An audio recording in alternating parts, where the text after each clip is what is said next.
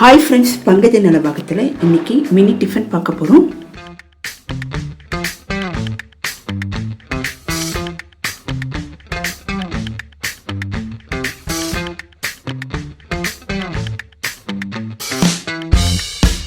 First time நம்ம channel video பார்க்குறவங்க மறக்காமல் சேனலை சப்ஸ்கிரைப் பண்ணிக்கோங்க.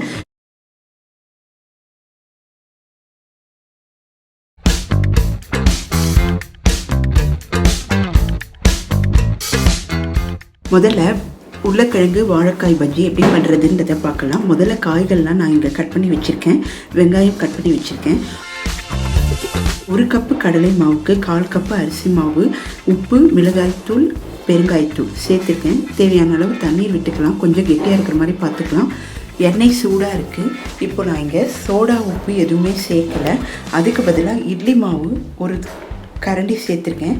இப்போது எல்லா காய்களையும் நம்ம பஜ்ஜியாக பொரித்து எடுத்துடலாம். தீபாவளி அன்னைக்கு எங்கள் வீட்டில் இந்த மினி டிஃபன் தான் நாங்கள் பண்ணோம். பஜ்ஜி சூப்பராக இருந்தது. நீங்களும் இந்த முறையில் ட்ரை பண்ணி பாருங்கள். சோடா உப்பு சேர்க்காமையே நம்ம இட்லி மாவை சேர்த்து செஞ்சோம்னா நமக்கு புசு புசுன்னு வாழைக்காய் பஜ்ஜி நமக்கு சூப்பராக வரும். அது மட்டும் இல்லை, கத்திரிக்காய் பஜ்ஜி, உருளைக்கிழங்கு பஜ்ஜி, வெங்காய பஜ்ஜி எல்லாமே ரொம்ப அருமையாக இருந்தது. நீங்கள் ட்ரை பண்ணி பாருங்கள். அடுத்து வடை, பொங்கல், சட்னி, சாம்பார் எப்படி பண்ணுறதுன்றதையும் நம்ம பார்த்துடலாம்.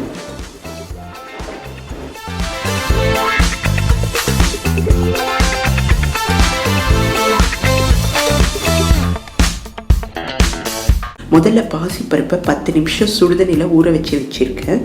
சின்ன வெங்காயம் ஒரு 10 நம்பர், பெரிய வெங்காயம் 1, தக்காளி, இதோட பூண்டு அப்படி இல்லைன்னா பெருங்காயம் சேர்த்து குக்கரில் 3 விசில் நல்லா வேக வச்சிடலாம். வேக வச்சதை இந்த மாதிரி ஒரு கரண்டியால் மசிச்சு தனியாக எடுத்து வச்சிடலாம். ஒரு கடாயில் நல்லெண்ணெய் விட்டு கடுகு, வெந்தயம், வெங்காயம், பச்சை மிளகாய், கருவேப்பிலை இதை சேர்த்து நல்லா வதக்கிடலாம். இந்த இடத்துல உங்களுக்கு காரத்துக்கு ஏற்ற மாதிரி பச்சை மிளகாய் அப்படி இல்லைன்னா குண்டு மிளகாய் இருக்கு இல்லையா, வர மிளகாய், அதை கூட நீங்கள் சேர்த்துக்கலாம். நல்லா வதக்கிட்டு செவந்து வந்தவுடனே இதை மசிச்சு வச்ச பருப்பில் நம்ம கொட்ட போகிறோம். இது எதுக்குன்னா டேஸ்ட் இன்னும் அதிகரிக்கும் இந்த டிஃபன் சாம்பாருக்கு. அதனால் இதை ஆட் பண்ணிவிட்டு நல்லா மிக்ஸ் பண்ணி விட்டுடலாம். இப்போ அடுப்பை சிம்மில் வச்சுட்டு தேவையான அளவு உப்பு சேர்த்துக்கலாம்.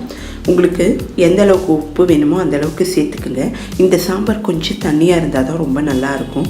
இதுக்கு தேவைக்கேற்ற மாதிரி மஞ்சள் தூள், தனி மிளகாய் தூள் சேர்த்துக்கலாம். காரத்துக்கு ஏற்ற மாதிரி இந்த மிளகாய் தூளோட டேஸ்ட்டு தான் இந்த சாம்பாருக்கு நல்ல ஒரு மணத்தையும் ருசியையும் கொடுக்கும். அதனால் இந்த மிளகாய் தூளை மிஸ் பண்ணாமல் சேர்த்துக்குங்க. இங்கே நான் 1/4 டீஸ்பூன் சாம்பார் பொடி கொஞ்சமாக சேர்த்துக்கிறேன். இது ஆப்ஷனல் தான். சாம்பார் பொடி இல்லைன்னா விட்டுடலாம். ஏன்னா இந்த மிளகாய் தூளோட டேஸ்ட்டே இந்த சாம்பாருக்கு நல்ல ஒரு மணத்தை கொடுக்கும்.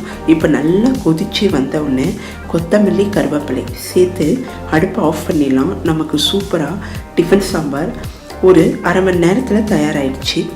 இதை தனியாக எடுத்து வச்சிடலாம். இது ரொம்ப டேஸ்ட்டாக இருக்கும். வெண்பொங்கல், இட்லி எல்லாத்துக்குமே இந்த சாம்பார் யூஸ் பண்ணிக்கலாம். இப்போ நம்ம கட் பண்ணி வைத்த கொத்தமல்லி இலை, கருவேப்பிலை சேர்த்துக்கலாம். இப்போ அடுப்பை ஆஃப் பண்ணிவிட்டு இதை மூடி வச்சிடலாம்.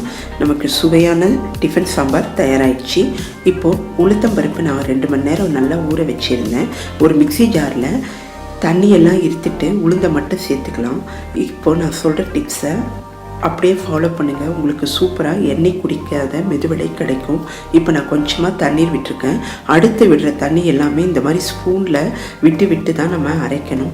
அப்போ தான் நமக்கு இந்த உளுந்து நல்லா அரையும். இப்போ நம்ம ஐஸ் வாட்டர் யூஸ் பண்ணால் கூடியும் தப்பு கிடையாது. இப்போ இந்த மாதிரி தண்ணியில் போட்டோன்னே மிதக்கணும். இதுதான் கரெக்டான பதம். நல்லா ஃப்ளப்பியாக நமக்கு மாவு தயாராகிடுச்சு. இருக்கிற மாவையும் நல்லா அரைச்சிடலாம். உருளைக்கிழங்கு 3 வேக வச்சுருந்தேன். அதில் ஒரு உருளைக்கிழங்கை அரைத்து வைத்த இந்த உளுந்தோடு சேர்த்து நல்லா மிக்ஸ் பண்ணி அரைச்சிடலாம். அரைத்த மாவை இந்த மாதிரி ஒரு தட்டு இல்லைன்னா ஒரு பாத்திரத்தில் போட்டு நல்லா கையால் அடிச்சிடலாம். தேவைக்கேற்ற மாதிரி உப்பையும் சேர்த்து நல்லா கையால் அடிச்சிடலாம். இந்த மாதிரி செய்யும்போது நமக்கு வடை ரொம்ப நல்லா உப்பி வரும். இப்போ நம்ம கட் பண்ணி வைத்த வெங்காயம், இஞ்சி, பச்சை மிளகாய், கருவேப்பிலை, கொத்தமல்லி இது எல்லாத்தையும் சேர்த்து நல்லா மிக்ஸ் பண்ணிடலாம். இப்போ நமக்கு வடைக்கு மாவு தயாராகிடுச்சு. இங்கே நான் சொன்ன டிப்ஸை ஃபாலோ பண்ணிங்கன்னா நமக்கு துளி கூட எண்ணெய் குடிக்காது. ஏன்னா நம்ம உருளைக்கிழங்கு ஆட் பண்ணியிருக்கோம், அதனால் எண்ணெய் வந்து கம்மியாக தான் குடிக்கும். இப்போ நல்லா கையால் அடிச்சுட்டு 2 டேபிள் ஸ்பூன் அரிசி மாவு, அப்படி இல்லை அப்படின்னா ரவை 2 டேபிள் ஸ்பூன் சேர்த்துக்கலாம். சேர்த்துட்டு எண்ணெய் நல்லா காய்ந்த பிறகு மீடியம் ஹீட்டில் வச்சுட்டு நம்ம இந்த மாதிரி வடையை ஒன்று ஒன்றா எண்ணெயில் போட ஆரம்பிச்சிடலாம்.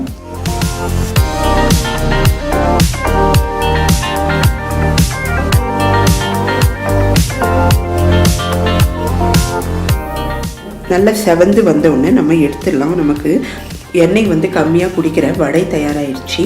அடுத்து நம்ம வெண்பொங்கல் செய்கிறதுக்கு 3/4 கப்பு பச்சரிசி, 1/4 கப்பு பாசிப்பருப்பு இதை எடுத்துருக்கோம். இதுக்கு 4 டம்ளர் தண்ணீர் விட்டுருக்கோம். இதுக்கு தேவையான அளவு பெருங்காயம், உப்பு சேர்த்து 4 இல்லைன்னா 5 விசில் வர வரைக்கும் குக்கரில் வேக வச்சிடலாம். இங்கே நான் 2 டேபிள் ஸ்பூன் நெய் சேர்த்துருக்கேன். இந்த இடத்துல உங்களுக்கு ஆயில் வேணும்னா கூட ஆயில் கொஞ்சம் சேர்த்துக்கலாம். முந்திரியை நல்ல செவப்பாக வறுத்து எடுத்துடலாம். முந்திரி வறுக்கும்போது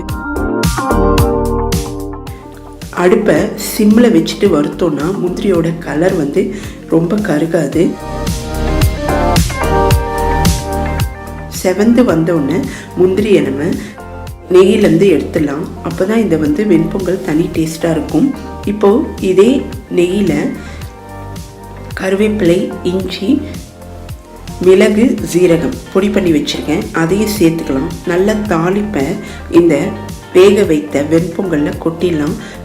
அது மட்டும் இல்லாமல் நல்லா செவந்து வந்த முந்திரியும் இதன் மேலே சேர்த்துக்கலாம். நமக்கு இப்போ சூப்பராக வெண்பொங்கல் தயாராகிடுச்சு. இந்த மாதிரி முறையில் நீங்கள் வெண்பொங்கல் பண்ணிங்கன்னா ரொம்ப நல்லாயிருக்கும். அதாவது 1 கப்புக்கு 4 கப்பு தண்ணீர் விட்டு நான் பண்ணியிருக்கேன். நல்ல குழைவான வெண்பொங்கல் நமக்கு தயாராகிடுச்சு.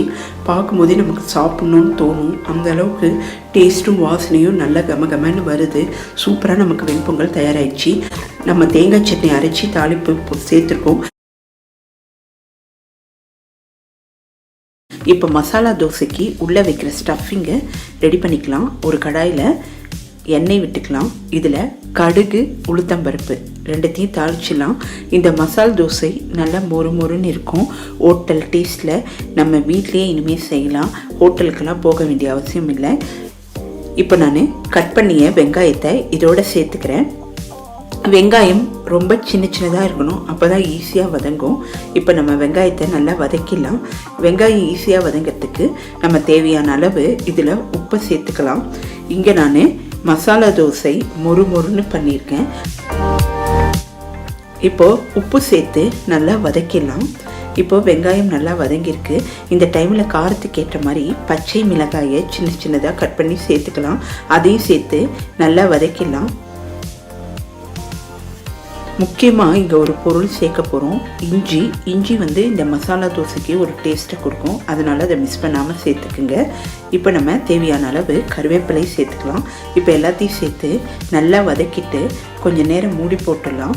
அப்போ தான் அந்த வெங்காயம், கருவேப்பிலை வாசனையோட ரொம்பவும் நல்லா இருக்கும். ஒரு 2லேருந்து 3 நிமிஷம் நல்லா வதங்கி இருக்கும். நம்ம 3 உருளைக்கிழங்கை குக்கரில் வேக வச்சுருந்தோம். அதை தோலெல்லாம் நீக்கிட்டு நம்ம நல்லா மசிச்சு வச்சுருக்கோம். இப்போ மஞ்சத்தூளை சேர்த்துட்டு அந்த மசிச்சு வச்ச உருளைக்கிழங்கை இப்போ நம்ம இதோட சேர்த்துக்க போகிறோம். உருளைக்கிழங்கை நல்லா மசிச்சு தான் நம்ம இங்கே சேர்க்கணும். அப்போ தான் நமக்கு எல்லாமே ஒன்று சேர்ந்து வரும்.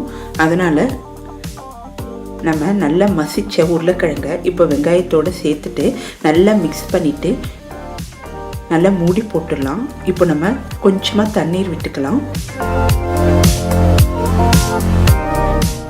இப்போ கொஞ்சமாக தண்ணீர் தெளித்து மூடி வச்சிடலாம்.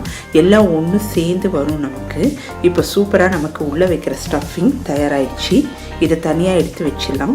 இங்கே மசாலா தோசைக்கு நான் மாவு அரைச்சி வச்சுருக்கேன். அந்த மாவோட லிங்க்கை வந்து நான் டிஸ்கிரிப்ஷனில் கொடுக்குறேன், செக் பண்ணிக்கோங்க. இதே முறையில் நீங்கள் அரைச்சிங்கன்னா உங்களுக்கு மொறு மொறுன்னு ஹோட்டல் சுவையில் வரும். இங்கே நான் தோசைக்கல் எடுத்திருக்கேன். இங்கே எண்ணெய், நெய் ரெண்டுத்தையும் மிக்ஸ் பண்ணி எடுத்திருக்கேன். நல்ல ஒரு இரும்பு கல்லாக பார்த்து எடுத்துக்கலாம். இப்போ நம்ம நல்ல மெல்லிசாக தோசையை வாத்துடலாம். இதன் மேலே நெய் எண்ணெய் மிக்சிங்கை விட்டுடலாம்.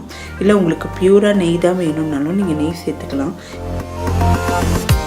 ஒரு குறிப்பியால் நம்ம நல்லா இதை மெல்லிசாக தடவிடலாம். இந்த மாதிரி அப்போ தான் நல்லா நமக்கு முறுமுறுன்னு கிடைக்கும். இப்போது ரெடி பண்ணி வைத்த மசாலாவை இதில் சேர்த்துடலாம். சேர்த்துட்டு அதையும் நம்ம ஈவனாக தடவிடலாம். நமக்கு சூப்பராக இப்போது முறுமுறுன்னு மசாலா தோசை தயாராகிடுச்சு. நீங்கள் எவ்ரி வீக் வீட்டில் ட்ரை பண்ணி பாருங்கள், சூப்பராக இருக்கும். இதுக்கு தேங்காய் சட்னி, கார சட்னி ரெண்டுமே நல்லா இருக்கும்.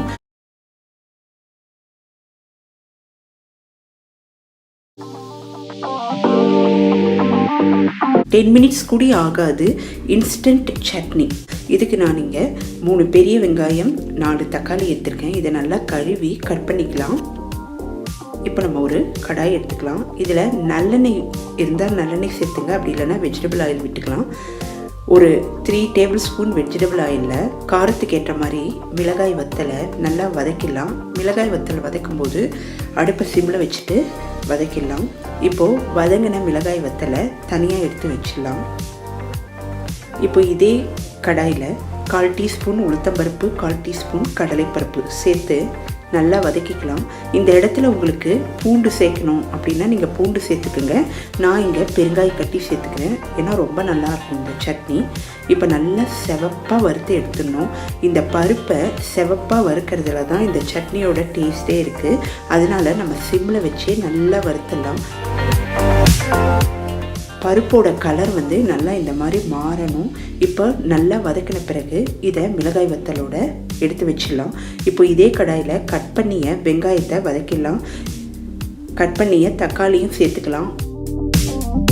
உப்பு தேவையான அளவு சேர்த்து வெங்காயம் தக்காளியை நல்லா வதக்கிடணும். பச்சை வாசனை போகிற அளவுக்கு நல்லா வதக்கிடலாம். சப்போஸ் உங்களுக்கு பூண்டு சேர்க்கும்போது நல்லா வதக்கி சேர்க்குறதா இருந்தால் கூடியும் அதனோட டேஸ்ட் நல்லா இருக்கும். இப்போது தேவையான அளவு உப்பு சேர்த்துட்டோம். நல்லா வதக்கி நல்லா சூடு ஆறின பிறகு மிக்சியில் எல்லாத்தையும் சேர்த்து அரைச்சி எடுத்தோன்னா சூப்பரான சைட் டிஷ் கார சட்னி தயாராகிடும். இது தாளித்து கொட்டும்போது மிஸ் பண்ணாமல் கருவேப்பிலையை சேர்த்து தாளித்து கொட்டினோன்னா சூப்பர் வாசனையோட ரொம்ப நல்லாயிருக்கும். இந்த மாதிரி நீங்கள் ட்ரை பண்ணி பாருங்கள். இந்த வீடியோவை லைக் பண்ணுங்கள், மறக்காமல் சேனலை சப்ஸ்கிரைப் பண்ணுங்கள். நாளைக்கு இன்னொரு வீடியோவில் உங்களை மீட் பண்ணுறேன். பாய்.